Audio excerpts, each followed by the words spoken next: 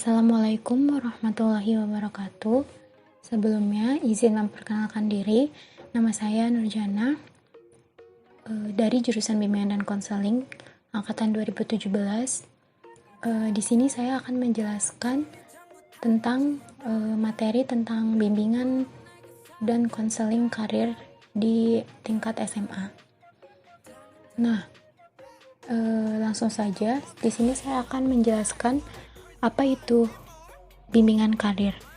Bimbingan karir sendiri menurut Donald Super, beliau mendefinisikan sebagai suatu proses membantu pribadi untuk mengembangkan penerimaan, kesatuan, dan gambaran diri serta peranannya dalam dunia kerja.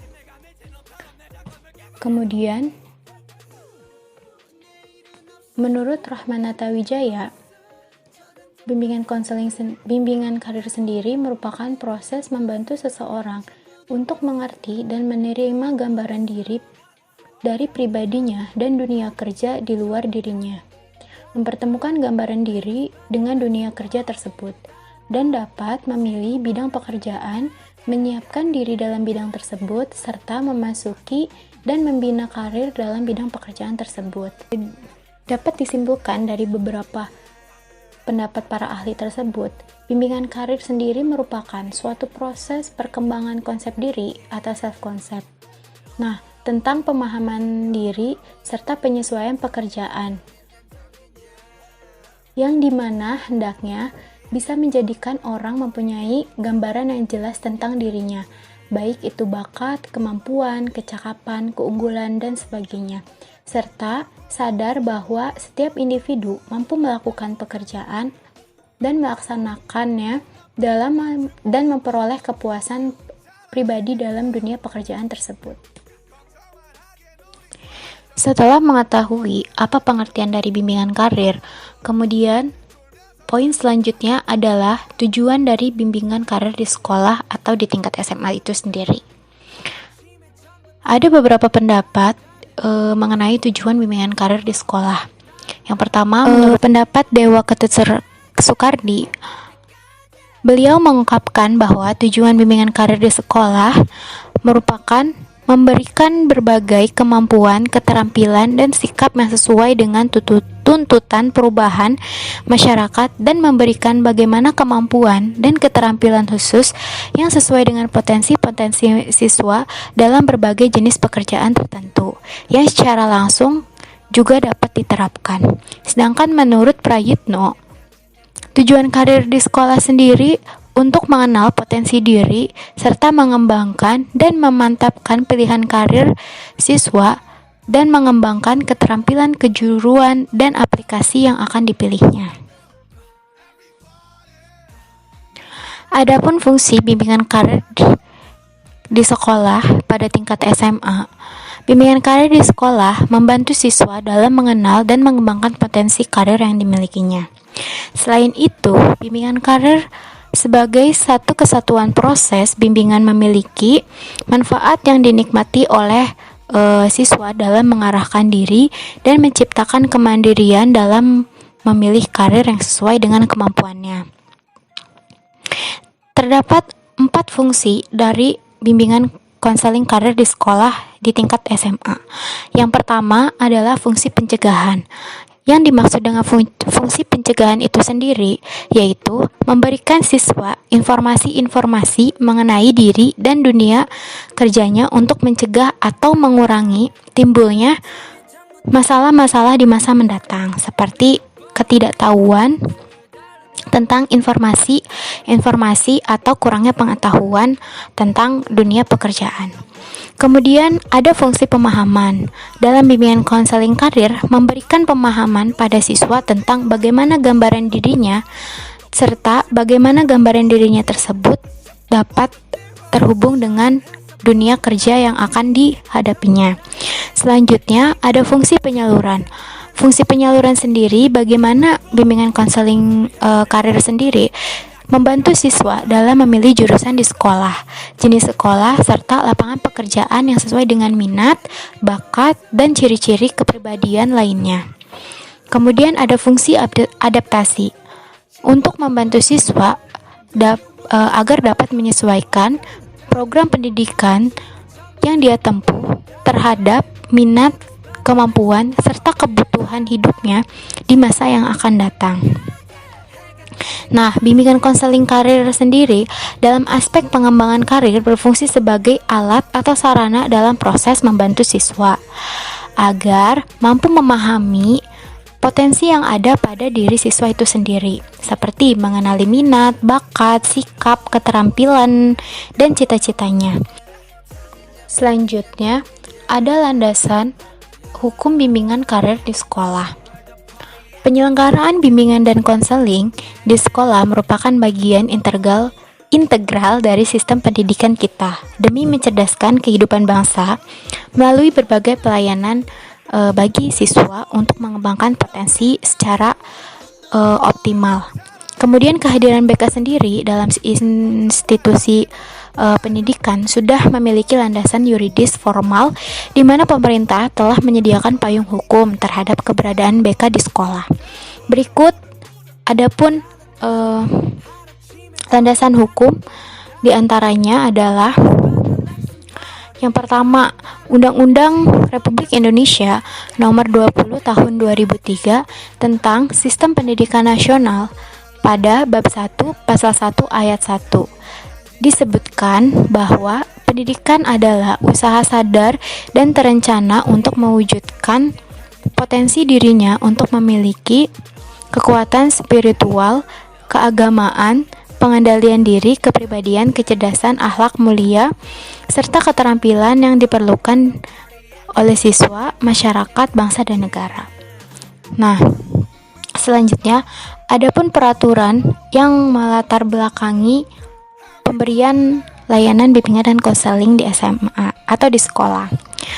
Ada peraturan Permendiknas nomor 22 tahun 2006 tentang standar isi untuk satuan pendidikan dasar dan menengah, menyebutkan bahwa pelayanan konseling meliputi pemberian kesempatan kepada peserta didik untuk mengembangkan dan mengekspresikan diri sesuai dengan kemampuan, bakat, dan minat. Pengembangan diri dilakukan melalui kegiatan pelayanan konseling yang berkenaan dengan masalah pribadi, sosial, belajar, serta karir. Kegiatan pengembangan diri ini difasilitasi oleh konselor, guru, atau tenaga kependidikan yang dapat dilakukan dalam bentuk ekstrakurikuler. Kemudian ada pun aturan yang terakhir, yaitu Permendiknas nomor 27 tahun 2008 tentang standar kualifikasi akademik dan kompetensi konselor. Di pasal 1 ayat 1 menyatakan bahwa untuk dapat diangkat sebagai konselor, seorang wajib memenuhi standar kualifikasi akademik dan kompetensi konselor yang berlaku secara nasional.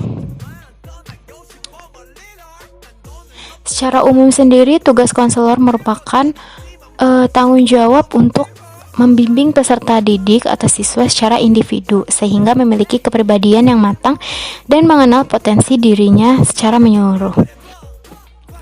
Kemudian selanjutnya terdapat prinsip-prinsip dalam penyelenggaraan bimbingan dan konseling. Yang pertama adalah pelaksanaan bimbingan karir di sekolah harus didasarkan kepada hasil penelusuran yang cermat terhadap kemampuan dan minat siswa serta pola dan jenis karir dalam masyarakat. Kemudian yang kedua, pemilihan dan penentuan jenis bidang karir didasarkan pada keputusan siswa melalui proses penelusuran kemampuan dan minat serta pengenalan karir dalam masyarakat. Yang ketiga, pelaksanaan bimbingan karir harus merupakan suatu proses yang berjalan terus mengikuti pelaksanaan program pendidikan di sekolah. Kemudian yang keempat, pelaksanaan bimbingan karir harus merupakan perpaduan pendaya gunaan setinggi-tingginya atau seoptimalnya potensi siswa dan potensi lingkungannya. Kemudian, pelaksanaan bimbingan karir juga jangan sampai menimbulkan tambahan beban pembiayaan yang berlebihan bagi siswa. Kemudian, pelaksanaan bimbingan karir harus menjalin hubungan kerjasama antara sekolah dengan unsur-unsur di luar sekolah dan bersifat saling menunjang fungsi masing-masing, serta mengarah kepada pencapaian tujuan pembinaan siswa itu sendiri. Sebelum kita mengenal bagaimana karakteristik tugas perkembangan dari karir pada siswa SMA, di sini saya akan menjelaskan bagaimana tugas perkembangan siswa SMA itu sendiri.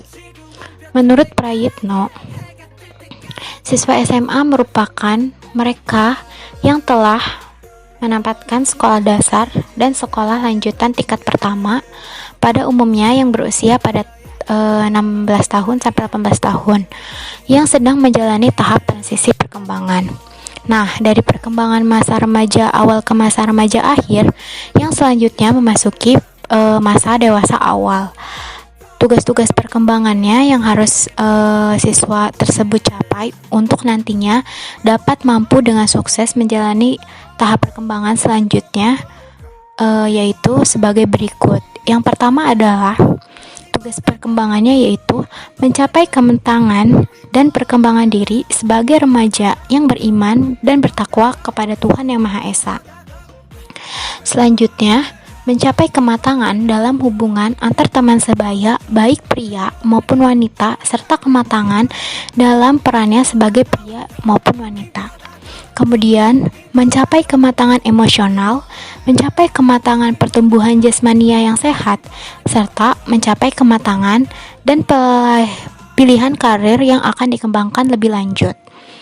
Kemudian, ada siswa SMA mampu mencapai gambaran dan sikap tentang kehidupan mandiri dan mampu mengendalikan diri baik secara emosional, intelektual, maupun ekonomi. Selanjutnya, siswa SMA mencapai kematangan, gambaran, dan sikap tentang kehidupan berkeluarga. Selanjutnya, mengembangkan kemampuan komunikasi sosial dan intelektual. Dan yang terakhir adalah mencapai kematangan dan sistem etika serta nilai-nilai bagi pedoman hidup sebagai individu, anggota keluarga, masyarakat, baik bangsa, serta sebagai warga negara. Setelah kita mengetahui dan memahami bagaimana tugas perkembangan bagi siswa SMA, maka selanjutnya adalah mengetahui bagaimana karakteristik perkembangan karir siswa SMA dan dihubungkan dengan bagaimana menurut teori support. Pada tahap siswa SMA itu sendiri berada pada tahap eksplorasi. Berdasarkan uraian tersebut, karakteristik perkembangan karir siswa SMA yang sesuai dengan karakteristik perkembangan karir remaja yaitu berada tahap eksplorasi pada usia 15 sampai 24 tahun, di mana tahap eksplorasi ini ditandai dengan mulai melakukan pengenalan diri, self-examination, mencoba berbagai peran, serta melakukan penjelajahan pekerjaan atau jabatan baik di sekolah. Super membagi 3 level eksplorasi menjadi 3 sub tahapan, yaitu yang pertama adalah tahapan tentatif, usia antara 15 tahun sampai 17 tahun. Nah, di tahap ini dikarakteristikan dengan mulai dipertimbangkannya aspek-aspek kebutuhan, minat, kapasitas, nilai-nilai, dan kesempatan secara menyeluruh. Pilihan pada masa tentatif sendiri ini mulai diusahakan untuk keluar dari fantasi, baik melalui diskusi, bekerja, maupun aktivitas lainnya. Berdasarkan uraian tersebut, dapat dimaknai bahwa tugas perkembangan karir pada masa remaja pada tahap tentatif ini adalah kristalisasi preferensi karir. Kemudian yang kedua adalah tahap transisi. Nah, ini berada pada usia antara 18 sampai 21 tahun. Tahap ini dikarakteristikan dengan menunjukkan pertimbangan lebih realistis untuk memasuki dunia kerja atau latihan profesional serta berusaha mengimplementasikan konsep dirinya. Tugas perkembangan pada tahap ini sendiri yaitu adalah spesifikasi preferensi karir. Yang selanjutnya adalah tahap mencoba atau trial dengan sedikit komitmen. Nah, ini usia antara 22 tahun sampai 24 tahun.